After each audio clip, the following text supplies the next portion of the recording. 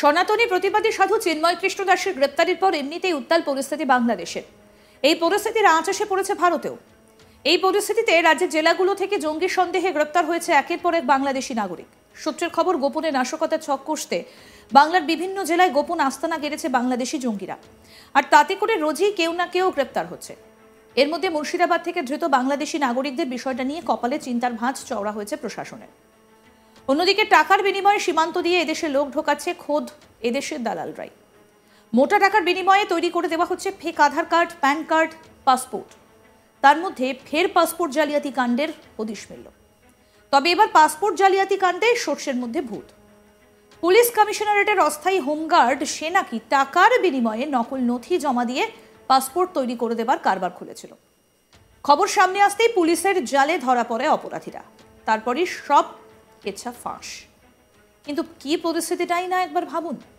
পুলিশের লোক হয়ে সেই কিনা বেআইনি কাজ সেরে দুষ্কৃতীদের এরাজ্যে ঘাঁটি তৈরি করার রাস্তা তৈরি করে দিচ্ছে।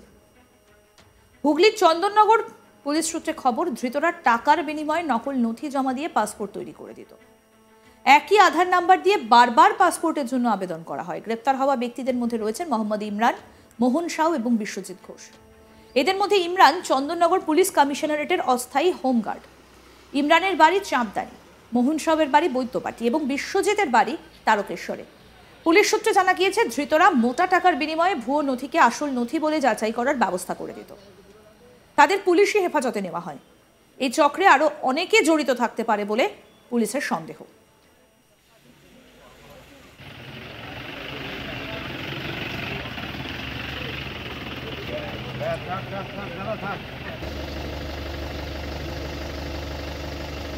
গত বছর 23শে নভেম্বর সুয়োমোটো কেস করে ভদ্রেশ্বর থানার পুলিশ। সন্দেহ হওয়ায় ভদ্রেশ্বর থানার পুলিশ তদন্তে নামে 3 জনকে গ্রেফতার করে। দক্ষিণ 24 পরগনার নামখানার মৌসুমী দ্বীপ থেকে মোহন সাউকে গ্রেফতার করা হয়।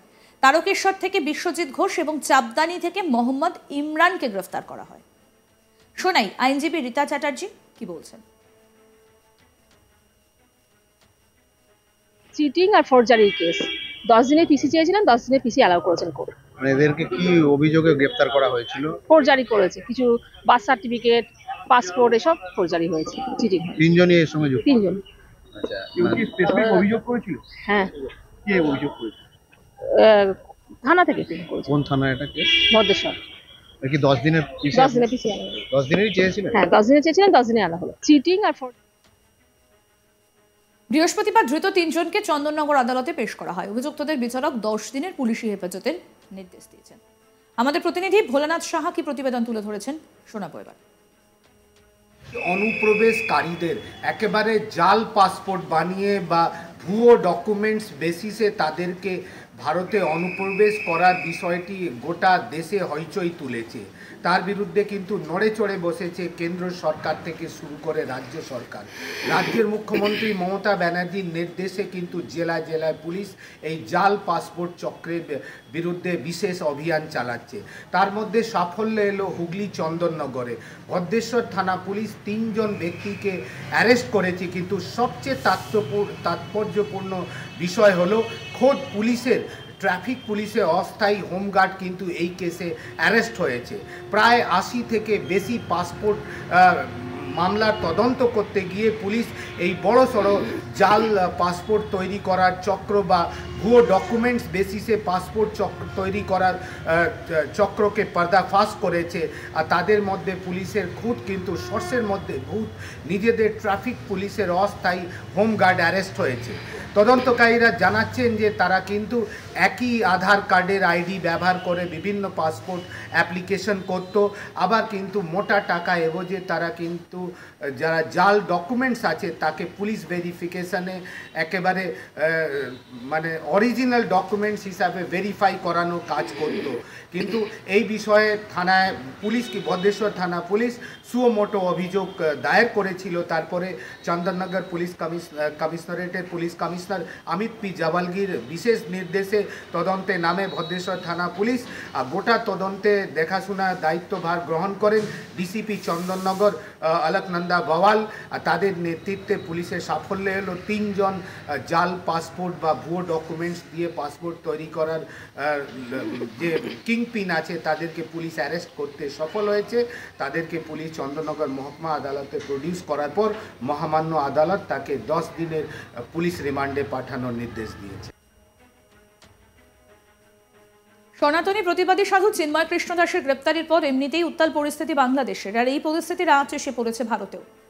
এই পরিস্থিতিতে রাজ্যের জেলাগুলো থেকে জঙ্গি সন্দেহে গ্রেপ্তার হয়েছে একের পর এক বাংলাদেশি নাগরিক। সূত্রের খবর, গোপনে নাশকতার ছক কষতে বাংলার বিভিন্ন জেলায় গোপন আস্তানা গেড়েছে বাংলাদেশি জঙ্গিরা, আর তাতে করে রোজই কেউ না কেউ গ্রেফতার হচ্ছে। এর মধ্যে মুর্শিদাবাদ থেকে ধৃত বাংলাদেশি নাগরিকদের বিষয়টি নিয়ে কপালে চিন্তার ভাঁজ চওড়া হয়েছে প্রশাসনের। অন্যদিকে টাকার বিনিময়ে সীমান্ত দিয়ে এদেশের লোক ঢোকাচ্ছে খোদ এদেশের দালালরাই। মোটা টাকার বিনিময়ে তৈরি করে দেওয়া হচ্ছে ফেক আধার কার্ড, প্যান কার্ড, পাসপোর্ট, আর তার মধ্যেই ফের পাসপোর্টে জালিয়াতি কাণ্ডের হদিশ মিলল। তবে এবার পাসপোর্টে জালিয়াতি কাণ্ডে শস্যের মধ্যে ভূত। পুলিশ কমিশনারেটের অস্থায়ী হোমগার্ড সে নাকি টাকার বিনিময়ে নকল নথি জমা দিয়ে পাসপোর্ট তৈরি করে দেবার কারবার খুলেছিল। খবর আসতেই পুলিশের জালে ধরা পড়ে অপরাধীরা, তারপরই সব কেচ্ছা ফাঁস। কিন্তু কি পরিস্থিতিটাই না একবার ভাবুন। পুলিশের লোক হয়ে সেই কিনা বেআইনি কাজ করে দুষ্কৃতীদের রাজ্যে ঘাঁটি তৈরি করার রাস্তা করে দিচ্ছে।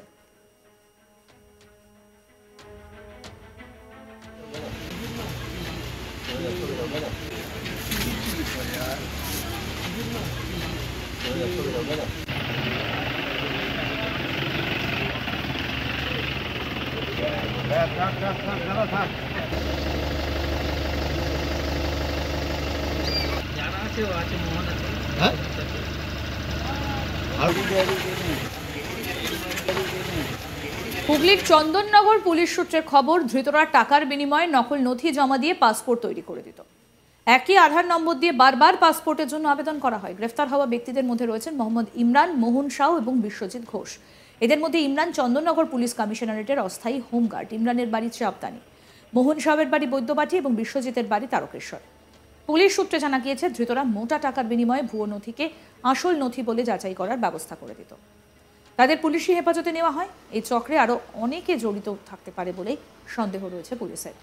গত বছর 23শে নভেম্বর সুমোটো কেস করে ভদ্রেশ্বর থানার পুলিশ। সন্দেহ হওয়ায় ভদ্রেশ্বর থানার পুলিশ তদন্তে নামে 3 জনকে গ্রেফতার করে। দক্ষিণ 24 পরগনার নামখানার মৌসুমী দ্বীপ থেকে মোহন সাউকে গ্রেফতার করা হয়। তারকেশ্বর থেকে বিশ্বজিৎ ঘোষ এবং চাপদানি থেকে মোহাম্মদ ইমরানকে গ্রেফতার করা হয়।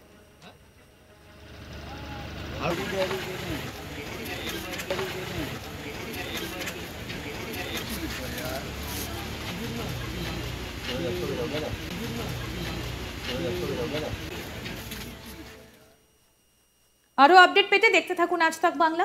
সাবস্ক্রাইব করুন, নোটিফিকেশন পেতে বেল বাটন অপশন প্রেস করুন, হোয়াটসঅ্যাপে ফলো করুন আজ তাক বাংলা।